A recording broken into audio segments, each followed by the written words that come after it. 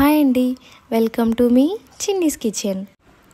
నేను చేసిన వీడియోస్ మీకు నచ్చినట్లయితే లైక్ చేయండి, సబ్స్క్రైబ్ చేయండి, పక్కనే ఉన్న బెల్ ఐకాన్ క్లిక్ చేయడం మర్చిపోకండి. ఆల్ ఆప్షన్లో పెట్టుకుంటే నేను చేసే రెసిపీస్ అన్నీ మీ ఇంటికి ఫాస్ట్గా వచ్చేస్తాయి. ఇంక లేట్ చేయకుండా మన టాపిక్ స్టార్ట్ చేద్దామండి. ఈరోజు మన టాపిక్ ఏంటంటే ఎగ్ ఫ్రైడ్ రైస్. ముందుగా ఇలా ఉల్లిపాయలు, పచ్చిమిరపకాయలు, క్యాబేజ్, క్యారెట్ కట్ చేసేసుకొని పక్కన పెట్టేసుకోండి.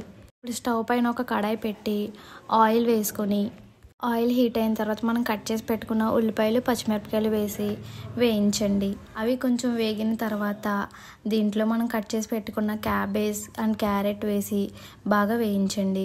కొంచెం సాల్ట్ వేసుకొని వేయించండి. సాల్ట్ వల్ల కొంచెం త్వరగా ఫాస్ట్గా వేగుతాయండి. వేగిన తర్వాత దీంట్లోకి చిటికెడు పసుపు, కొంచెం కొరియాండర్ పౌడర్ వేసి వేయించండి.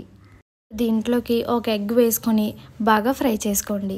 కొంచెం ఇలా ఫ్రై అయిన తర్వాత దీంట్లోకి ఒక స్పూన్ కారం, ఎవరికైతే చికెన్ మసాలా ఫ్లేవర్ ఇష్టం ఉంటుందో వాళ్ళు కొంచెం చికెన్ మసాలా కూడా వేసుకోండి. కొందరికి ఫ్లేవర్ నచ్చుతుంది ఫ్రైడ్ రైస్లో, కొందరికి నచ్చదండి.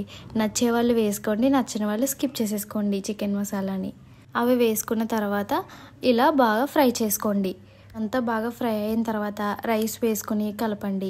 దీంట్లో టేస్ట్కి కొంచెం సాల్ట్ వేసుకొని బాగా మిక్స్ చేయండి. అంతేనండి, చాలా ఈజీగా మన ఎగ్ ఫ్రైడ్ రైస్ రెడీ అయిపోయింది. నేను చెప్పిన విధానం మీకు నచ్చకపోయినా, నా వీడియోలో ఏదైనా మిస్టేక్ ఉన్నా నాకు కామెంట్లో చెప్పండి. నేను దాన్ని సరి చేసుకుంటాను. Thank you friends.